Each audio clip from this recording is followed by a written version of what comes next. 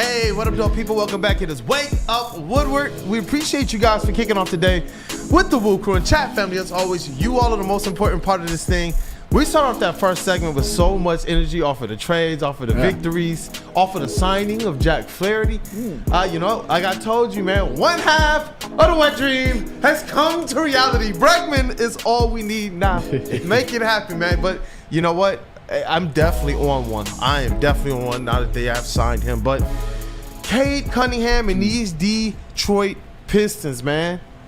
2 wins over the weekend. And Cade got busy versus the Mavs. The Pistons continue to be the reason why teams either are firing coaches or trading their best players, it seems. And the latest is after dropping 40 on the Mavs, Cade Cunningham, the trade was announced the next day of Luka Doncic. And then went off for 22 and 15 double-double against the Bulls. And then what do we hear? Zach LaVine traded. Because before the game, it was announced that he was out. Yeah. And people said, it's because his wife was pregnant. No, it's because obviously there was a trade. And if I'm trading for Zach LaVine, the one thing I'm going to say, take him out the game, keep him as safe as possible, put him in bubble wrap. But the most important thing here, it's Cade Cunningham. and this fact, not just the fact that he's going to the All-Star game, but the fact that this All-NBA question continues to come up. And I believe that he has a legitimate shot at least the third team All-NBA, at the very least. I believe he's kind of deserving right now. You know what? He most certainly does right now. And I'll be honest, this weekend, I did something that I haven't done since opening night. I was in the building for both of those games. I was there Friday and I was there Sunday. And after watching Cade in both these games, obviously I've watched him on TV all year and all of that, but after watching him in person in these 2 games, I am 100% sure of 2 things. Cade Cunningham is the best guard in the East. Best guard, period. And Cade Cunningham is the 3rd best player in the East. The only 2 that are better are Giannis Antetokounmpo and Jason Tatum, and then Cade Cunningham. Because what I saw this weekend was Cade Cunningham's full skill set on display, doing whatever it took to win. JB, put that play up again, which he made Daniel Gafford just basically touch earth as our social team. Look at this.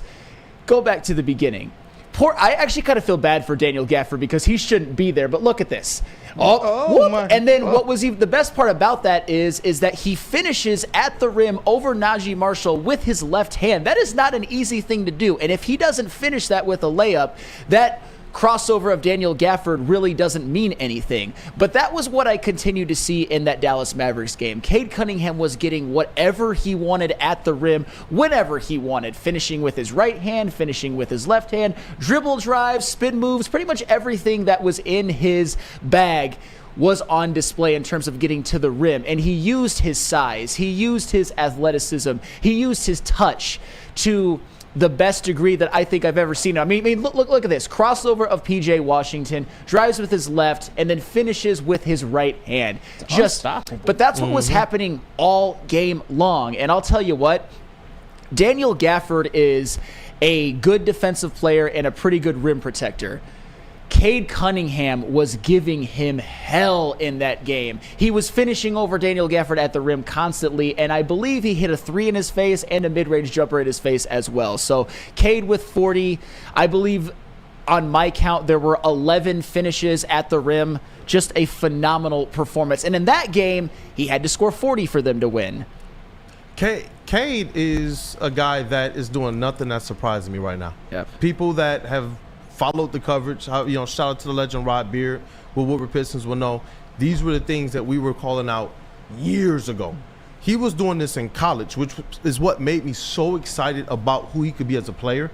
And I know that people were instantly drawing the comparisons to Grant Hill, but the player that I saw, because of his mid-range ability, his ability to handle, his ability to kind of pick his spots, his ability to play in the post when he needed to, and his ability to create off of the gravity, was Devin Booker, with a combination of Grant Hill, but the IQ and the intelligence as a playmaker of like a Chauncey Billups and a Chris Paul.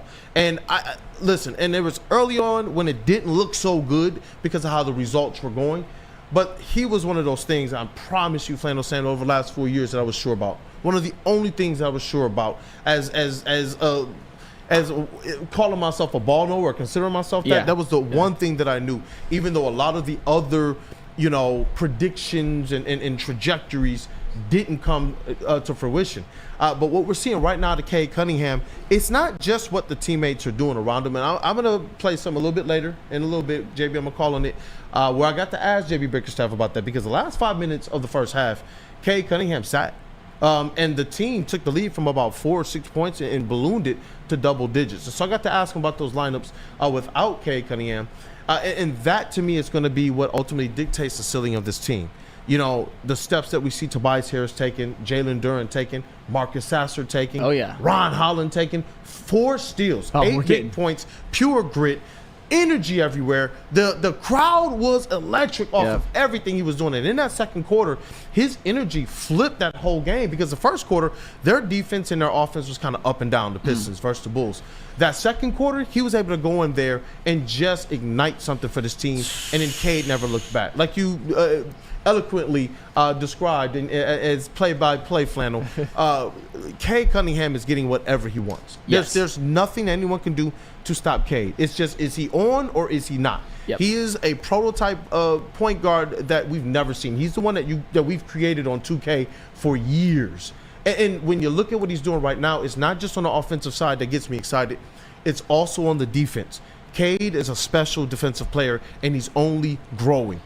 You know what? Hey, JB, let's hear from JB Bickerstaff, though, on the support that Cade's been getting from his teammates. And you talked about the growth of the team over the course of the season, and the lineups where Cade gets to get a breather. They're playing much better right now. Can you just speak to what's working well? I know at the end of the first half, last 5 minutes of the game, they were able to grow the lead to double digits. Again, we have depth on this team, and nothing changes of how we play. I think the guys just continue to play together. They understand it. There's confidence there, and they're settled into that. Sass has settled into what his role is and understands his minutes and what his group needs from him. Before, his minutes were so in and out and up and down. I think the consistency has helped him. So the group being together more is helping them to figure out what exactly it is that they need to do.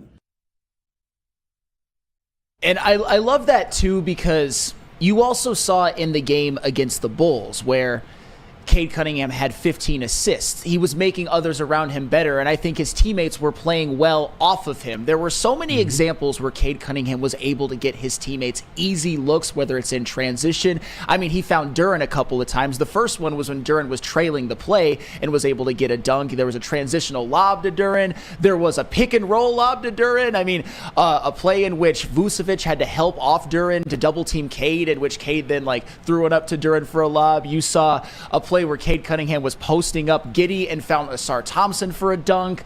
You saw after Ron Holland made a steal, Ron Holland was rewarded by running down the floor, and Cade Cunningham led him with a perfect pass to get a layup. He got Tobias for an easy dunk. It was just Cade Cunningham in the game against the Mavs was getting looks at the rim all night himself.